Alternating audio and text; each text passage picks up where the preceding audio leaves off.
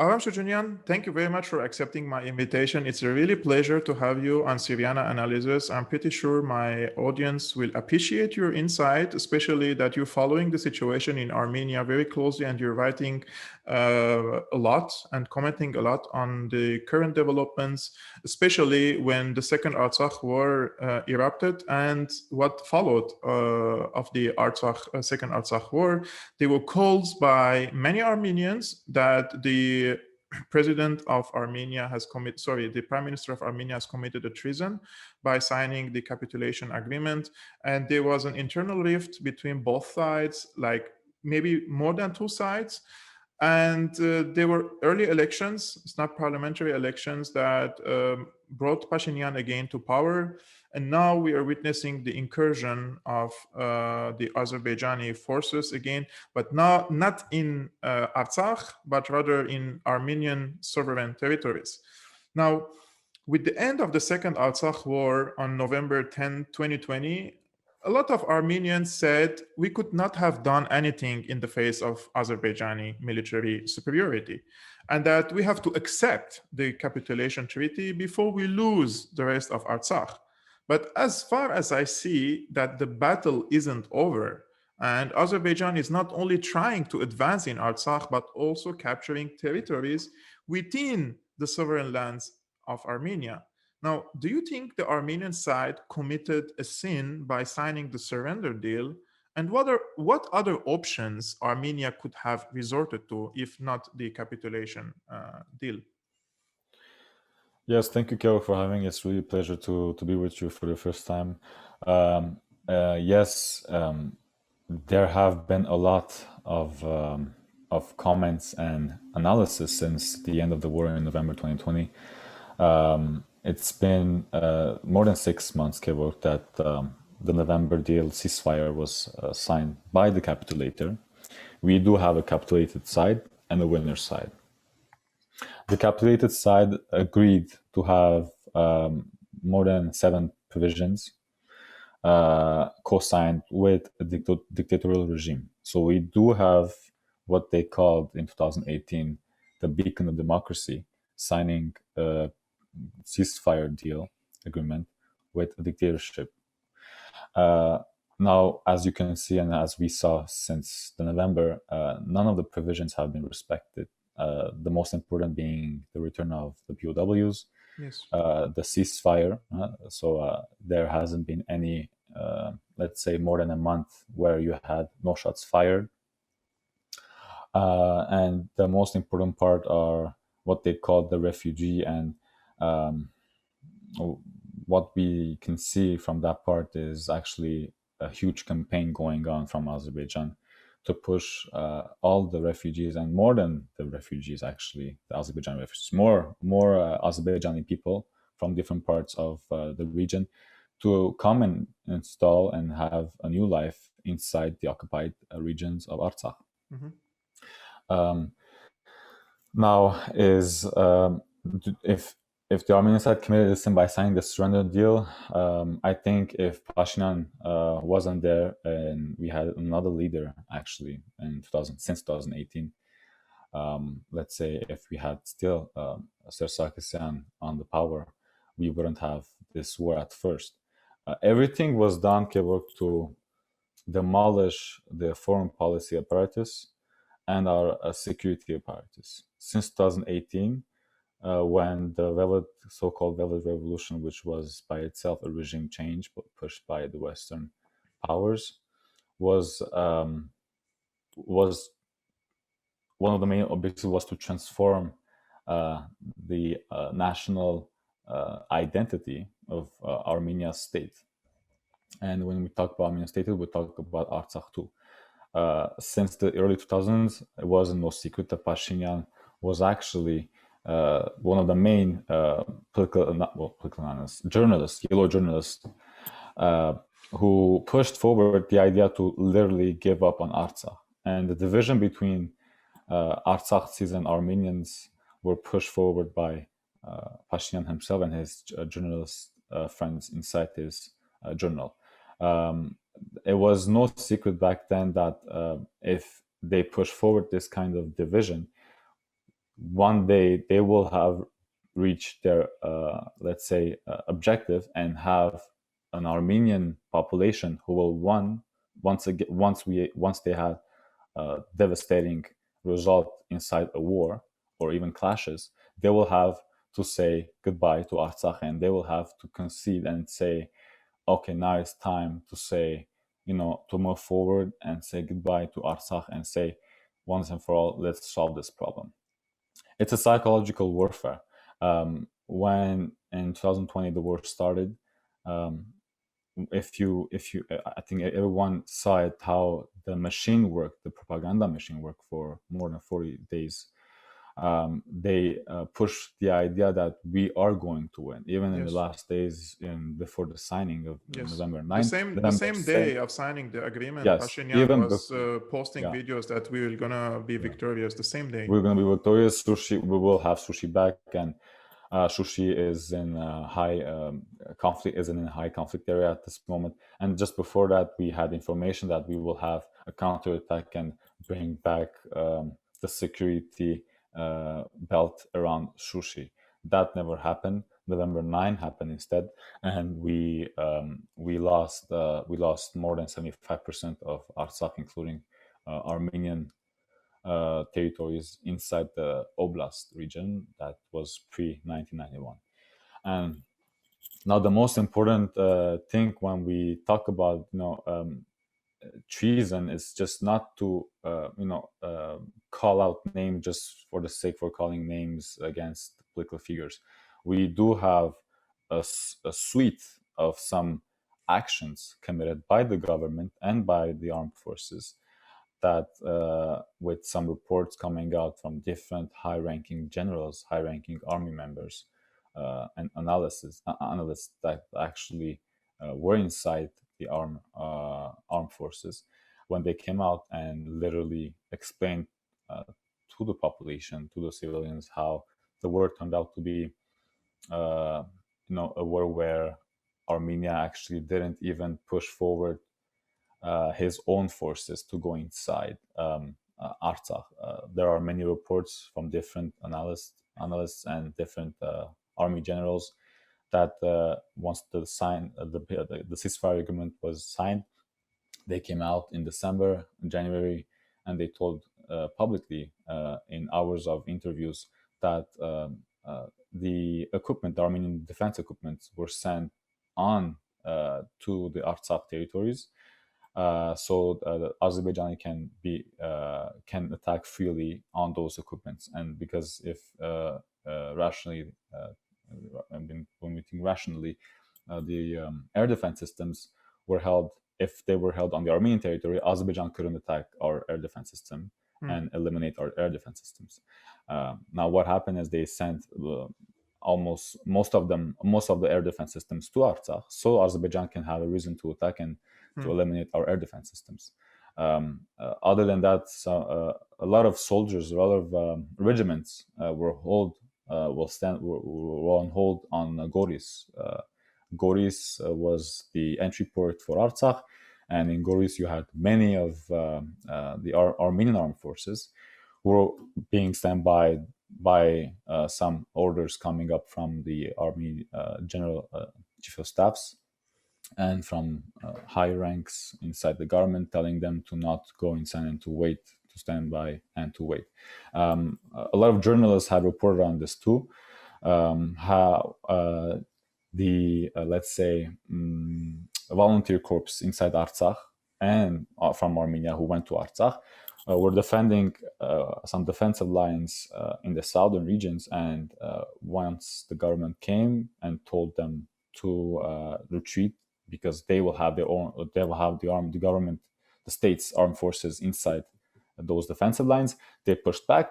Those armed forces regiment came in, and in a matter of few hours, they pulled back.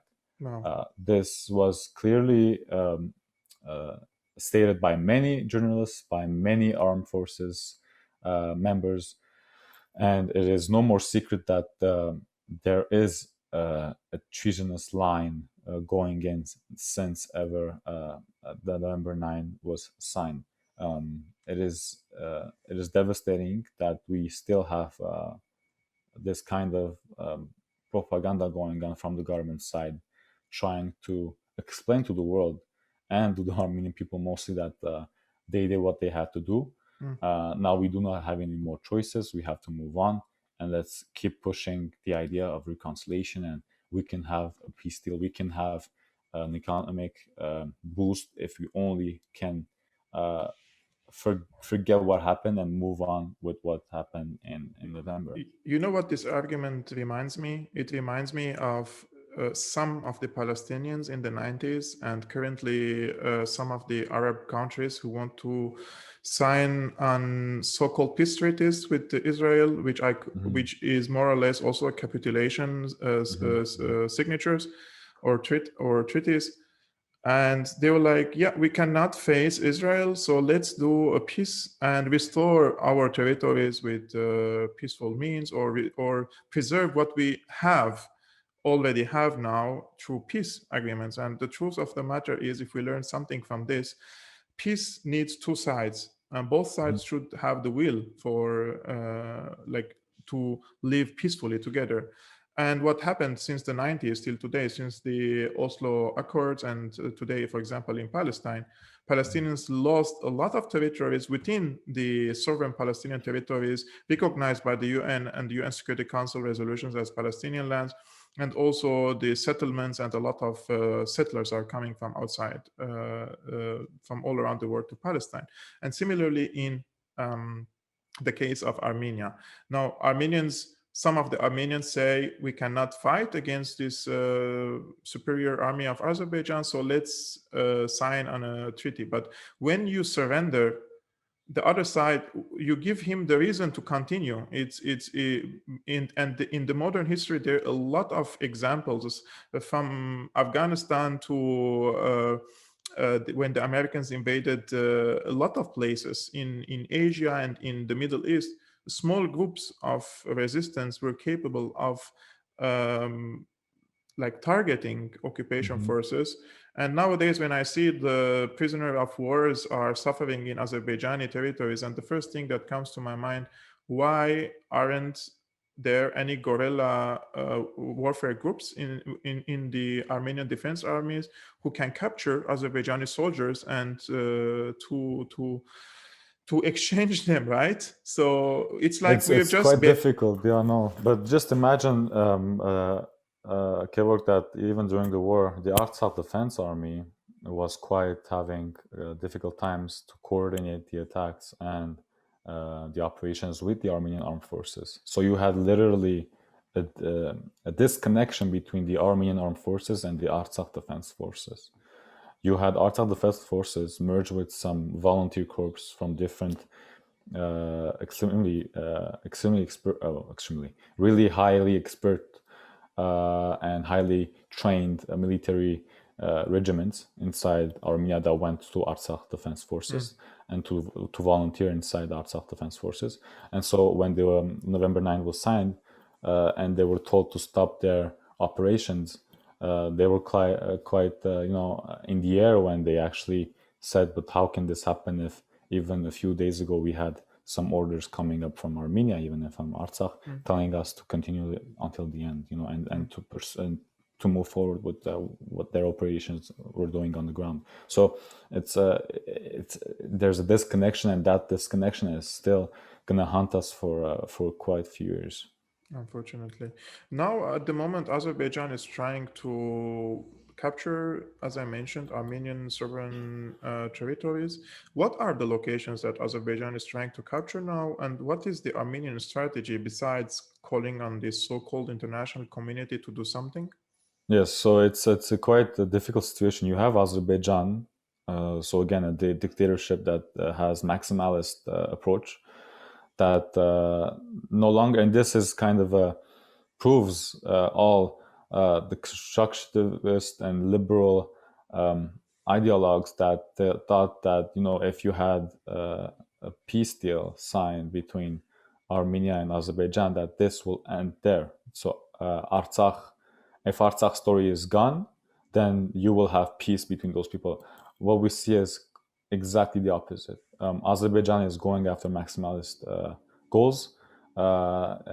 He's using dissuasive approach, trying to attack regions actually inside Armenia on the proper territory of Armenia, so it can pressure down the Armenian side to go with concessions. Now, why is Azerbaijan attacking those specific regions? It's quite clear. It has significant strategic, military, and economic importance. We're talking about Vartani's region in the eastern side, so near the Sevan Lake. It was the previous territory of Artsakh. Was actually what they call today Karbajar. Karbajar region was actually one of the highest peaks, mountains. It has a significant water resource. It is one of the main, if not the main, water resource for Armenia that comes from the region that goes all the way to Sevan Lake. So now we're having a water resource danger because of the occupation of the Turkish and Azerbaijani forces. So you have that eastern side, Gegharkunik, Vartanis region. We're talking about Sotk, also some highly important mineral resources right there. A good region too, Verin Shoja. These are all parts of Vartanis, which is the second entry port after Goris. Goris, which is in the south, Vartanis is in the north.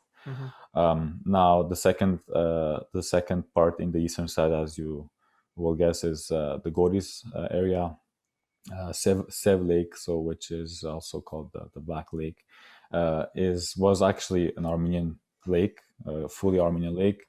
20% or so was actually in what Azerbaijani called in the pre-Soviet area of Azerbaijan, and the 80% of the lake was inside Armenia. Now, since May, Azerbaijan tried to penetrate inside the area, and they have advanced quite a lot. And we're talking about thousands of servicemen inside that region. Now you have on that side you have some ex-slaves, some Azerbaijani ex-slaves in the eastern side, in Davush, so mainly in the northeastern side. It goes they have two Azerbaijanis ex-slaves, which crosses actually one of the main strategic communication line of Armenia, which is the road that crosses Georgia all the way to the south and passes to the eastern side.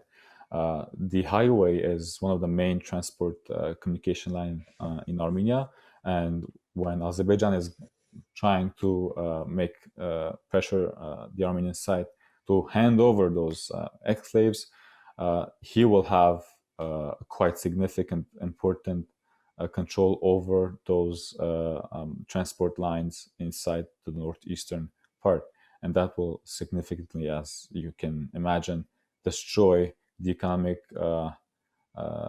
security of Armenia.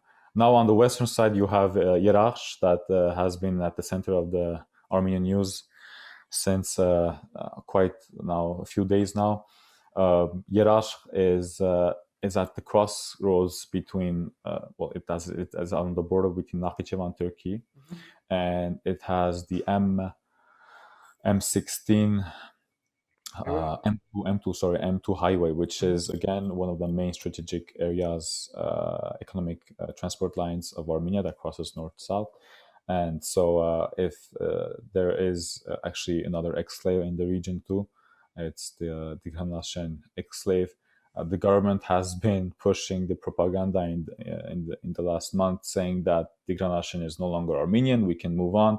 Dikhanashen people, so civilians in Dikhanashen, were now not living in Dikhanashen, so the Azerbaijani ex-slave, they want that to be handed over and tell them rationally that there is no more significance to it.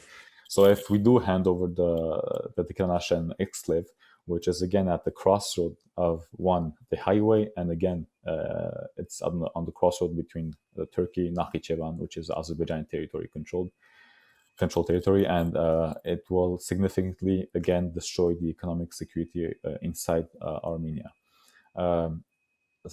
Again, so as you can see, these are the regions where Azerbaijan is trying to penetrate inside Armenia, so it can have a fully controlled area and to push forward the pan-Turkism, the pan-Turkic, pan-Islamic strategy, east-west, and destroy the north-south strategic plan of Russia and Iran. But where is Russia from all this? I'm seeing growing negative sentiments against Russia, and I'm reading a lot of social media comments that Russia is the worst ally of Armenia, etc. Especially that Moscow is not really engaging actively in protecting its ally, right? And isn't practicing enough pressure on Baku. What can Russia do and isn't doing to stop Aliyev and Erdogan in Armenia? That's one of the main questions going on for months now. And, Georg, the main thing that we have seen from analysts coming out from, and even politicians that had some quite long discussions with the Russian ambassadors and Russian experts in Russia, they're all saying the same thing. If Armenia cannot afford to have good relations with Russia, we cannot push our armed forces to go inside and defend our Armenian front lines.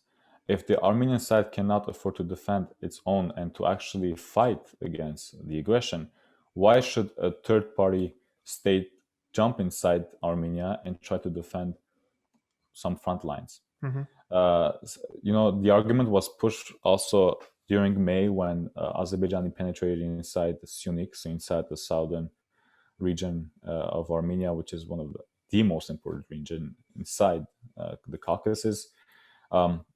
Armenian government and pro-government analysts called Russia's inactive role and called Russia to be in charge of the situation, and accused Russia for not coming inside the region and defending its CSTO, which is the NATO, Russia's version of NATO inside the region. And so they called the CSTO and said, why is not the CSTO coming in and trying to defend his ally? Again, the Armenian side didn't fire any shots, and when CSTO members saw it, their first reaction was we're gonna wait so Armenian side can figure out first what's happening on the ground, then we will manage to discuss with them further options. The propaganda that was being told since the aggression in May inside Syunik was propagated by most pro-government TVs and analysts that are paid by those Western NGOs, different Western propaganda TVs, like Perfect TV, which is kind of a Alex Jones kind of type of channel, but more radical, and it is more dangerous. Is this an Armenian channel, the Perfect? It is an Armenian channel. It is paid by, and it is paid and managed by Pashinyan family's friends inside LA. They are good friends with Pashinyan, and they are managing to have more than 100 and 200,000 views for each of their videos. And if you watch them, you can literally see how the guy talking behind the camera is just trying to go with this low level language of street language with some pictures of Pashinyan going in, going out with some dramatic music in the background. It's like those channels on YouTube when you type something and then it's a robotic voice talking about the breaking news. It's like the same way, same methodology, and you do have some views and actual views. A lot of reports came out on the media side during May and June, where you could literally see how those channels, those fake news channels, are actually the number one news channels most watched news channels inside the Armenian diaspora and inside the Armenian world. Wow. You have Perfect TV, STP, Arm News channel, Free News AM, Factor TV is more institutionalized, Western, fully sponsored by Washington and Brussels. Azaluchun TV, which is the Free Radio Europe, Liberty Europe inside Armenia. Arachin.am, CivilNet. Those are all the main TV channels that are being paid and sponsored by Western powers, European powers, and they're pushing one significantly important agenda, anti-Russian sentiment inside the Armenian population. And unfortunately, since November 2020, you have a lot of Armenians inside the streets of Yerevan when they do some vox pop with different interviews with Armenian different news channels, opposition channels. They're actually telling the journalists, yes, Russia is the main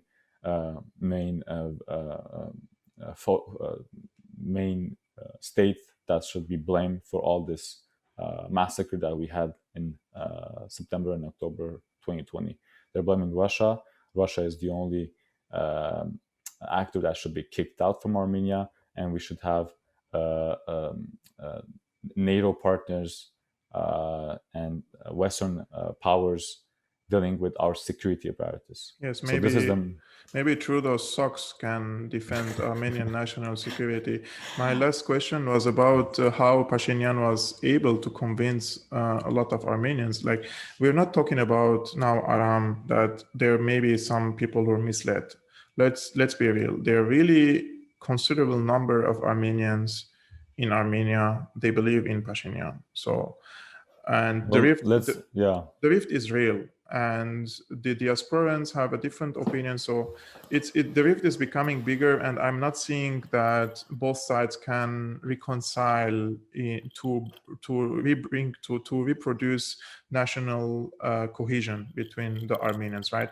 We were all united during the war, but after the aftermath of the war was disastrous for all of us. And I am on the side of the people who believe that Pashinyan is a very incompetent person. He mismanaged the war, and his actions are in a position of treason. Like I don't even think for a second that what Pashinyan did during this period of time, 2.5 years before the war, was disastrous on all levels, especially on the geopolitical level. He exposed the national security of Armenia to the enemies, and he mismanaged the war.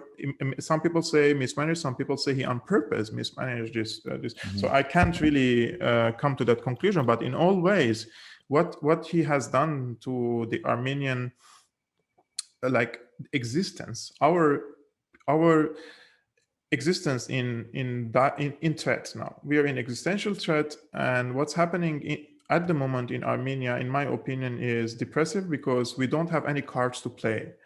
And in politics, when you want to negotiate, the other side will ask you, what are you going to give me back, right? What can Pashinyan do? He just gave away all his clothes. He's naked. He's naked in front of the enemy. What can he play with the enemy now? And why should Russia jump into the wagon of someone who is bankrupt in his? He even can't give anything to Russia. And in politics, the Russians also have to calculate their interests. They have been barking against Russia in the past 2.5 years.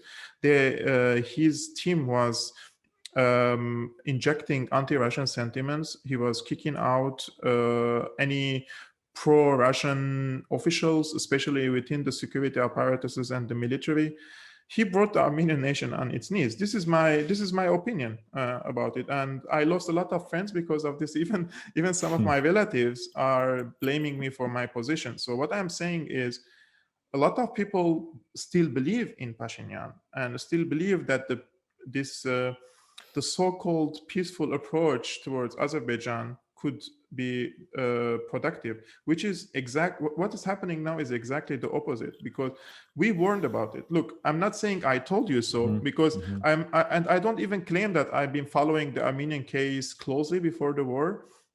But we can read maps, especially when we have studied geopolitics, and we can see clearly. It's very clear to me. For the next period, the Sunnic area will be targeted by Turkey and by Azerbaijan. And this project of pan-Turanism that extends now from Libya, we're talking about from Libya, all the way from Libya to Anatolia or Istanbul nowadays, to the Central Asia, is real. And Erdogan has extended his hands even to Ukraine. So when you follow what Turkey has done in the past 2 decades and is doing right now, and you still think that a peaceful approach is in the interest of the Armenian existence, you're being naive. The least to say, the least to say. And my message is not only for the followers, also for my families who live in Armenia, and some of them call me and tell me, you have to live in Armenia before you talk about these issues. I'm not talking about domestic issues. Maybe Pashinyan did some good things in domestic affairs or economic. I'm not judging that. I'm just saying on a foreign policy level, if you bring anyone who doesn't know anything about Armenia and you show him what Pashinyan did in the past 2.5 years, he will like be shocked because he was shooting his own feet in the past period. And now, unfortunately, we're having this situation that we have to preserve what is left from the Armenian nation. This is the biggest disaster after the Armenian genocide. People do not understand that Armenians are in existential threat right now, and they unfortunately elected him. And people were pointing out to corruption. They're pointing out to dictatorship. They call it oligarchies. They call it the period before Pashinyan.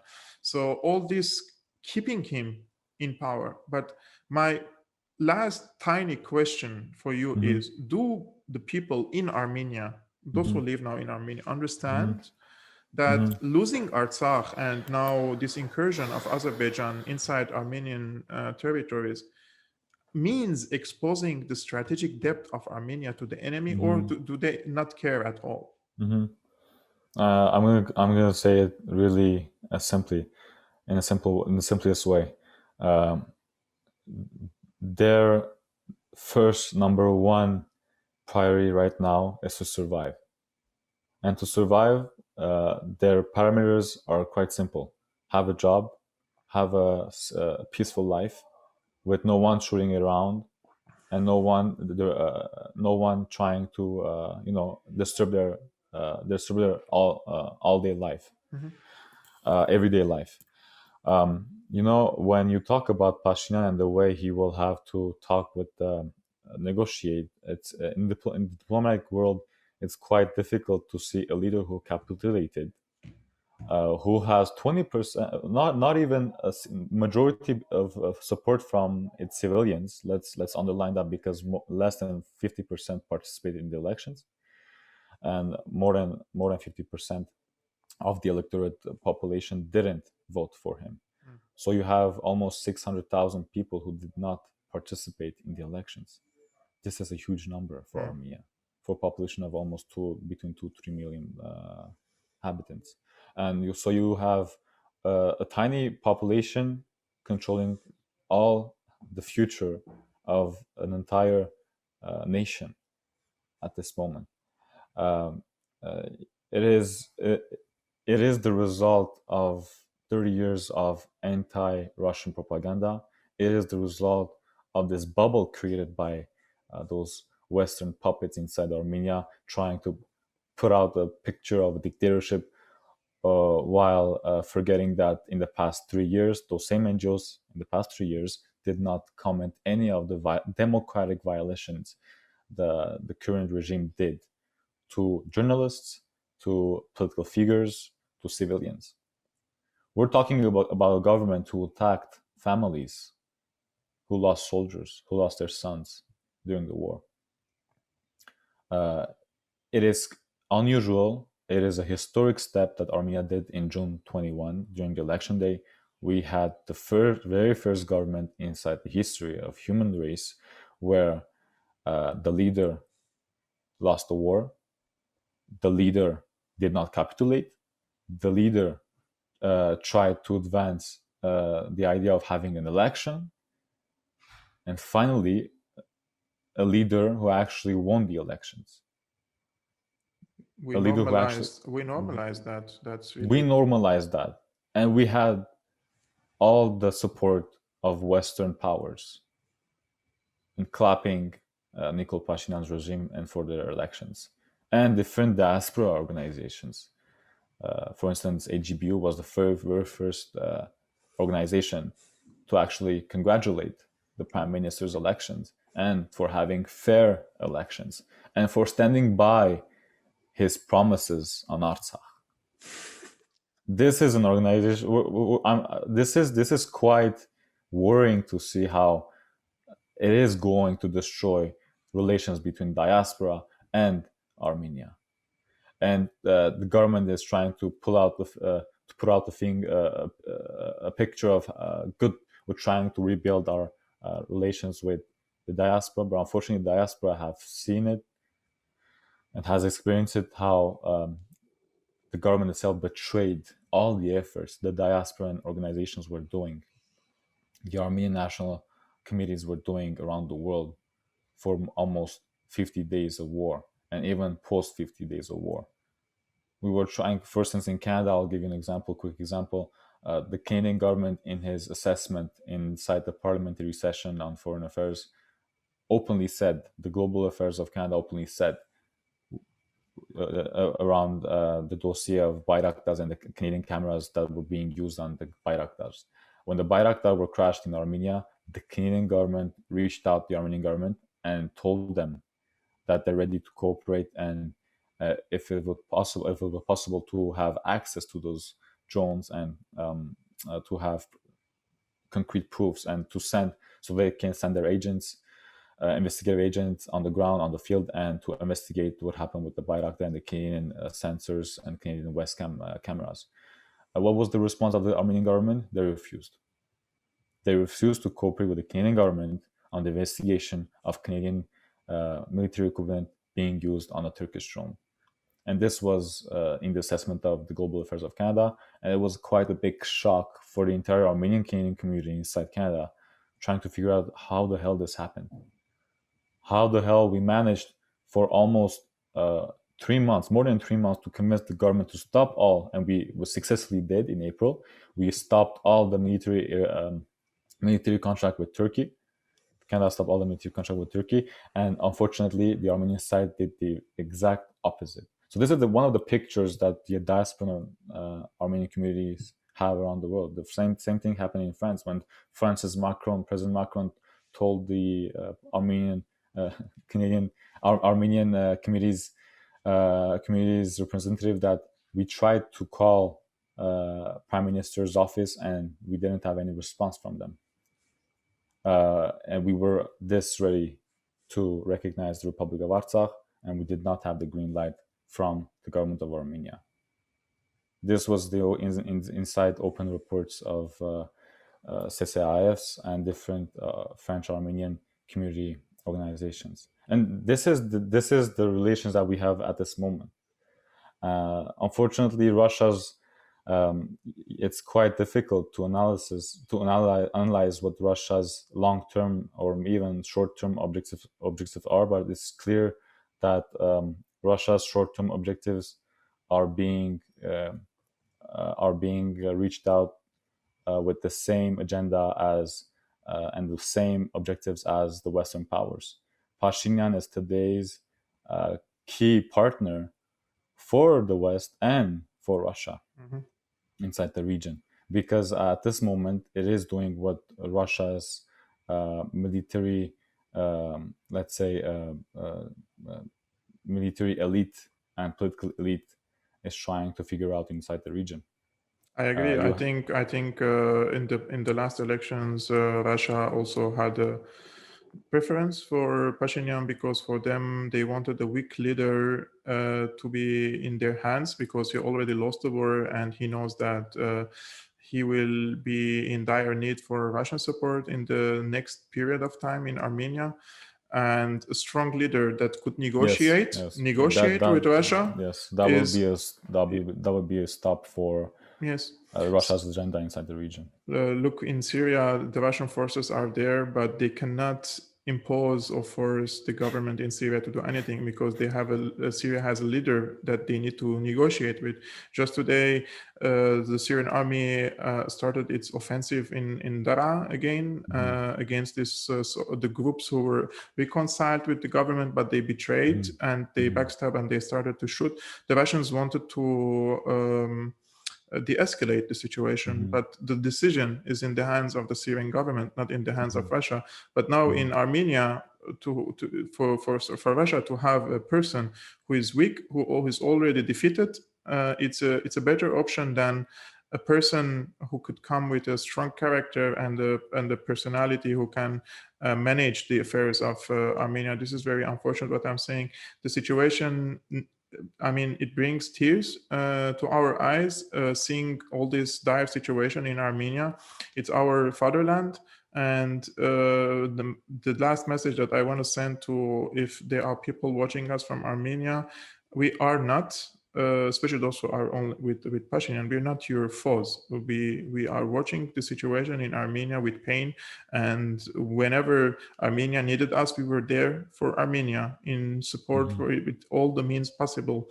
And our presence in the diaspora is very beneficial. It's productive, and Armenia needs the diaspora the same way we need Armenia. So this rift unfortunately exists, but we have to find a way to live together again. But at least we have to find certain principles that we share. And unfortunately, this gap is becoming bigger and bigger by time.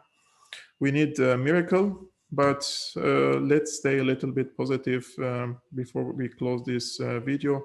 And it was really great talking to you, Aramjan, in this let's say chat together. I learned personally a lot from this chat, especially regarding the spots of the Azerbaijani incursion and the importance of this strategic hills and spots that Azerbaijan is trying to occupy. And I will definitely host you again when there are further updates in this regard. Let's do another chat soon, hopefully. Absolutely. Thank you, Kevorjan, for having me. Thank you so much, and God bless you. And guys, I will put the Twitter link of Aram in the description below. Go and follow him and read what he is writing with a goodwill and try to understand what is he saying. And we'll see you in the next video. Thank you. Thank you much, Kevorjan.